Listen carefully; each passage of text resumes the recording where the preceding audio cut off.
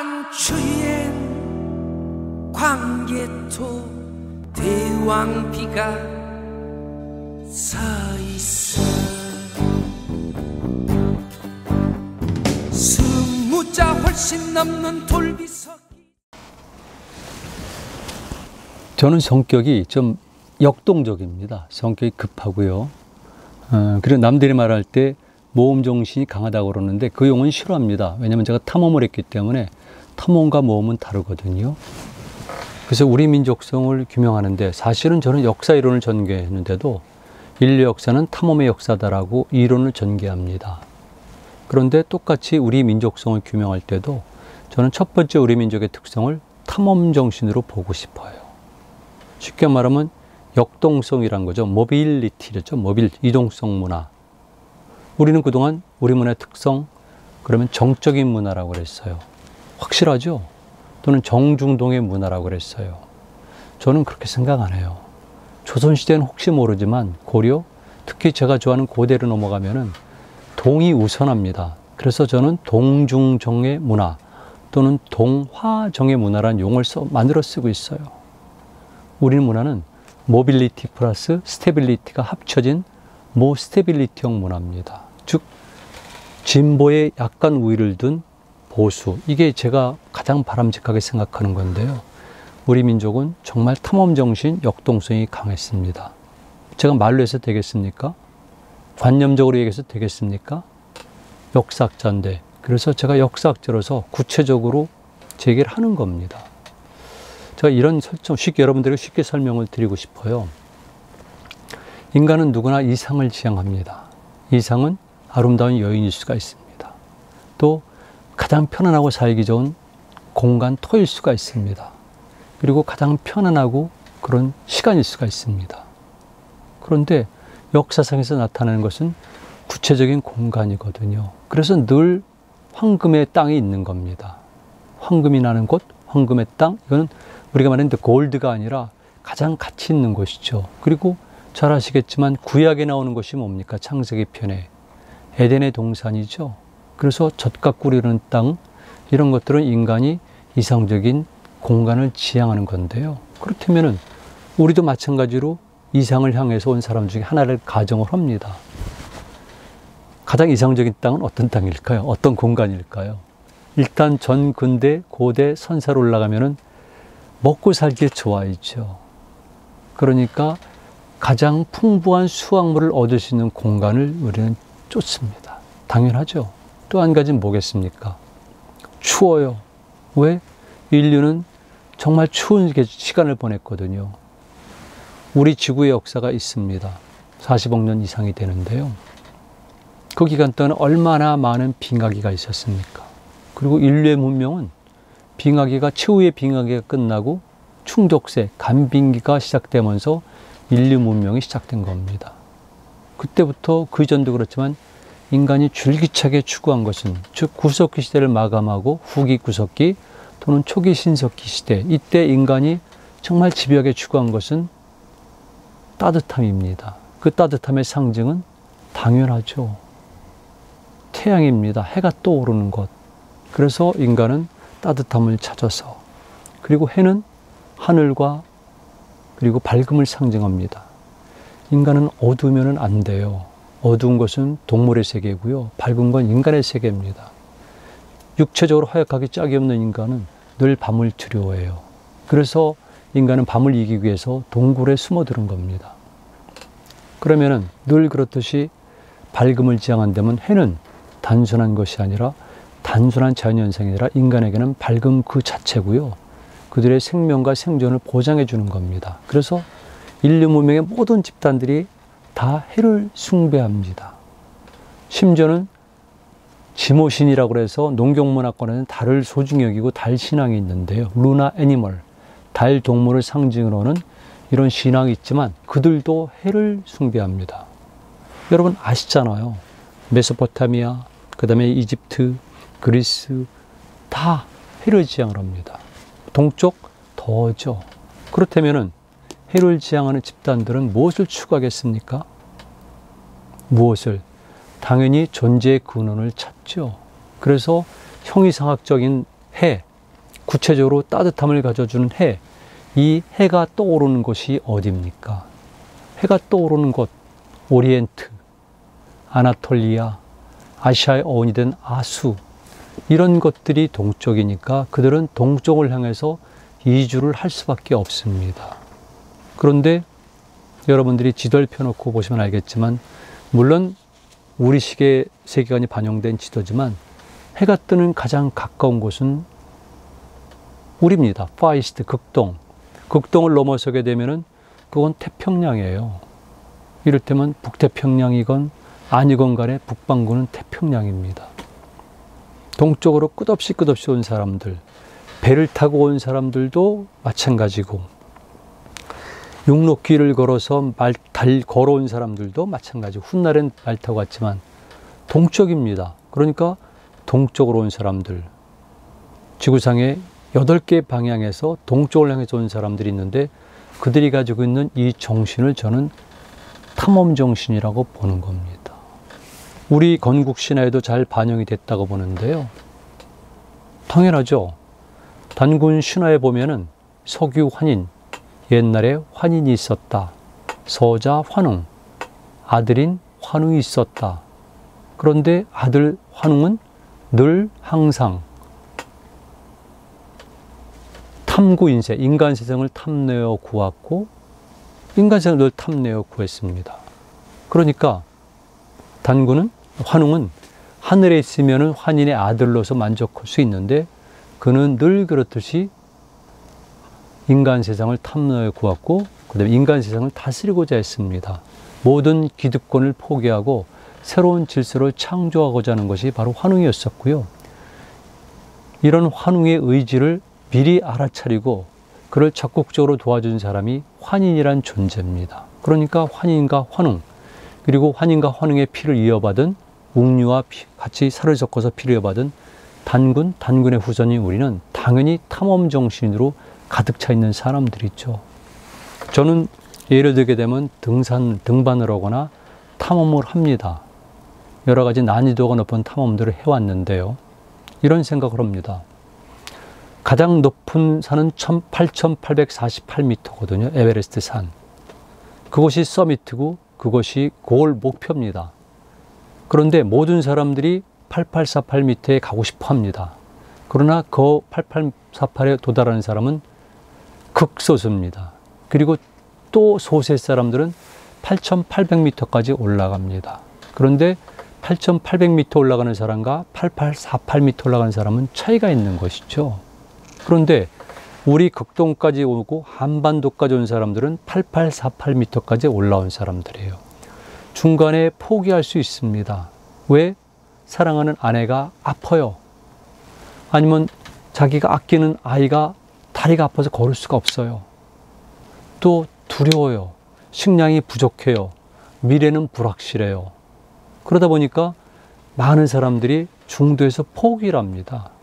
그리고 중도에 머무르거든요. 그런데 그럼에도 불구하고 어떠한 일이 있어도 끝까지 그걸 극복하면서 끝까지 정상에 올라온 사람들, 끝까지 끝에 목표에 도달한 사람들은 우리예요. 그러니까 아메리카에 도착한 우리가 흔히 말하는 메이플라워에 탄 사람들, 대단한 사람들이죠. 그 위에 대서양을 건너온 사람들, 케네디 일가처럼, 록펠러 일가처럼 대단하죠.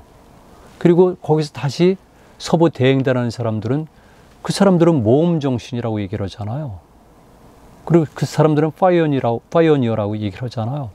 그래서 서양인들은 바로 탐험가들, 그리고 모험 정신을 높이 평가하고 그것을 교육을 통해서 또는 국가 정책을 통해서 확산시키고 있습니다. 그게 알피니즘이고 히말라야니즘이고, 그 전에는 지리상의 대발견 시대예요. 근데 왜 우리는 우리의 이런 역동적인 움직임, 순간 이상 정신을 왜 평가를 안 하죠?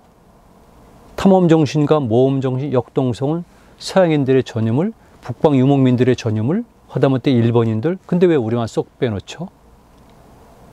가장 끝까지 온 사람들이 우리인데, 온갖 고난을 겪은 사람들의 온갖 역사적 경험이 생물학적 경험으로 치환이 돼서 우리 몸속에, 유전자 속에, DNA 속에 각인이 된 존재가 바로 우리인데, 제 말이 틀렸나요? 맞죠? 그래서 저는 역사학자로서 구체적으로 이런 걸 통해서 우리는 탐험정신, 역동정신이 강하다. 그리고 여러분들이 지금 화면에서 보시는 것처럼 우리 민족은 주변적으로 끝없이 진출했습니다. 제가 이런 지역은 제가 말씀을 안 드리겠어요. 그런데 보세요. 동해, 남해 이런 지역들, 여기 우리입니다. 우리가 일본 열대에 건너가서 각각 이 지역에서 문화를 전파하고 이 지역에서 정치 세력을 형성하고 조그만 나라들을 만들고 그리고 많은 거대한 고분구들을 만들고 결국은 더 큰 국가를 만들었고 나중에는 일본이라는 국가가 탄생하게 되는 겁니다. 여기 건너간 사람들이 그냥 건너갑니까? 생명을 걸고 건너가는데, 모든 것을 포기하고 건너가는데, 그리고 가족들을 동반하고 건너가는데, 그리고 그 사람들은 적지 않은 사람이 바다에서 희생당합니다. 도착해서도 지금 동부에 도착한 백인들보다 더 심한 고통을 겪었을 겁니다. 그런데 그들은 탐험정신이 없었습니까? 왜 그들은 평가하지 않죠? 나는 정말 이해가 안 가요. 왜 우리는 꼭 이중적 잣대를 적용을 하죠? 서양인이나 중국인이나 일본인들은 뛰어나고 우리의 장점은 발견하려고 그러지 않아요. 이거 항해를 안 해본 사람들은 모릅니다. 지금 우리가 항해를, 바다를 건너간다는 것, 특히 동해를 건너간다는 것은 여러분 상상할 수가 없어요. 그런데 그들은 건너갔잖아요. 그래서 저는 특히 동해를 건너간 바레인들을 아시아의 바이킹이라고 불러요. 제가 해양사 전공자이기 때문에 정말 할 말이 많지만 오늘은 이 민족 문제이란 주제 때문에 제가 그냥 넘어가도록 하겠습니다. 제가 결국 주장하는 것은 우리 민족은 탐험 정신이 강하고 역동성이 강하다. 제가 좋아하는 그림이죠. 집안에 있는 무용청, 그리고 평양 근처에 있는 쌍용청에 나타나는 고구려 젊은이입니다. 보세요. 이 역동적인 몸짓, 그리고 그 당시 세계에서 가장 과학적인 바로 고구려의 맥궁. 제가 세계에서 가장 과학적인 이란 표현 썼을 때 관념적으로 얘기하는 거 아닙니다. 이거는 과학적으로 그리고 전문 연구에 도움을 받아서 제가 말씀드리는 거니까 여러분 가볍게 들으시면 안 됩니다. 그 외에도 여기는 온갖 테크놀로지가 응축된 건데 특히 제가 강조하고 싶은 것은 이렇게 역동적인 모습이 바로 우리의 모습이라는 거지, 팔자걸음을 걸고 많지 않은 수염을 만지는 신용을 하면서 느릿느릿 걷는 거는 원래 우리가 아니에요. 그런 사람들이기 때문에 끝없이 외세에 시달렸고 그리고 일본에게 식민지가 된 겁니다. 우리 또 한 번 그러겠습니까? 안 되죠. 자, 고구려인들입니다. 두 번째입니다. 제가 좋아하는 건데요. 우리 자의식이 강했습니다. 예전에. 본인들을 천손민족이라고 그랬거든요. 민족이란 말은 이미 근대 이후의 용어지만 그들은 천손이라고 그랬어요. 글자가 있습니다. 천손이란 글자가. 또는 천재의 아들, 황천의 아들, 1월지자, 해와 달의 자식, 태왕. 이게 당시 고구려인들이 스스로에게 부르는 명칭입니다. 이런 것들은 어디에? 돌에, 아니면은 여러분들 아시는 것처럼 도편, 아니면 묘지석 이런 데 쓰여져 있는 것이고요. 삼국사기에는 그런 게 없죠. 왜? 그건 훗날 만들어지면서 왜곡된 거니까. 그리고 고구려의 연호도 거의 안 나왔죠. 삼국사기는 발해 역사를 기록하지 않은 책이에요. 장보고를 기록하지 않은 책입니다. 있다고요? 두세 줄, 서너 줄 가지고 있다고 하면 곤란하죠. 다른 나라는, 일본은 엄청나게 많이 기록했죠. 자, 그래서 이런 자의식과 자유의지가 있었는데 우리는 이런 걸 상실했다. 그래서 지금 우리에게 급한 것은 이런 것 회복. 그리고 원래는 우리가 강한 자의식이 있었다. 한국 사람들은 원래 똑똑합니다. 정말 똑똑합니다. 세계를 다녀보면은. 그리고 짧은 시간 안에 우린 성공을 했고요. 그런데 한국 사람들은 지극히 또 한편에서 오만합니다. 왜냐하면은 분명히 자기는 뛰어났는데 오랫동안 우린 스스로가 못났다고 남에 의해서 강요당했고 스스로도 그렇게 생각하고 이것이 충돌되다 보니까 때때로는 강한 자에게 비굴한 모습 보이고 사실, 그리고 약한 자에게는 때때로 정말 나쁜 모습을 보이고 있어요. 이건 뭐냐면은, 그리고 턱없는 자만심과 턱없는 오만을 가지고 있고 어떤 계기를 만나면 허무하게 무너지는 것들이죠. 정말 유리구두 같은 것들이죠. 그래서 이제 우리는 원래 모습, 정말 자식에 충실한 우리의 모습을 찾아야 되는데 이것이 제가 생각하는 우리 민족성이란 겁니다. 그 유명한 광개토 태양비입니다. 이 비가 얼마나 위대한가, 이거는 제가 따로 나중에 말씀드리겠습니다. 그리고 여러분들이 보신 것처럼 이 비에 보면은 마지막에 보이시죠? 가운데 광개토경 평안 호태왕, 바로 태왕이라고 불렀고요. 그리고 이거는 평양 근처에 가면은 동명릉으로 추정되고 있는 진파리 4~5분 옆에 그린 벽화관입니다.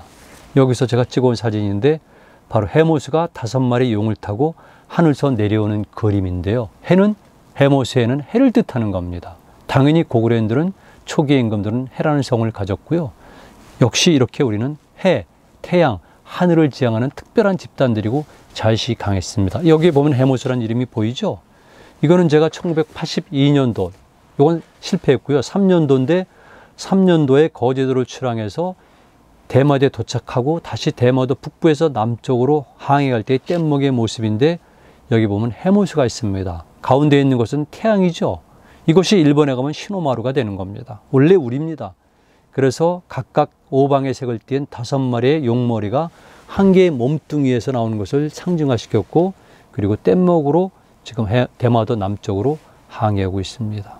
그리고 고구려의 유명한 오해분 중에서 사오묘에 보면 이 그림이 나오는데요. 뭐 당연히 오묘에도 똑같은 그림이 있습니다. 여기 보면은 바로 가운데 태양이 있고 태양 안에는 삼조고가 그려져 있고, 이 삼조고는 고구려에게 매우 중요했었는데, 물론 동아시아 공동의세지만 특히 이 시기에 고구려가 삼조고에다 의미를 부여했는데, 하늘, 해를 상징하고 더 중요한 것은 다리가 3개이고 날개가 2개를 뻗어 있고 머리에 뿔이 달렸지 않습니까? 여기 보시면 알겠지만 뿔. 이래서 제 입장에서는 바로 1, 2, 3, 3, 2, 1, 즉 단군신화의 구조, 고구려 건국신화의 논리, 광개토대왕의 논리, 장군층에 포함된 논리, 그리고 많은 사람들이 얘기하는 천부경 3일신과 맥이 닿는 건데, 이것이 바로 오해분 4오묘와 오묘에 있는 삼조고고, 아래에 있는 것은 아시겠지만 일본 축구협회의 엠블렘입니다. 우리는 삼조고가 뭔지를 모르고 까마귀는 불길한 새로 알았었는데 2002년도에 한일 월드컵이 생긴 거죠.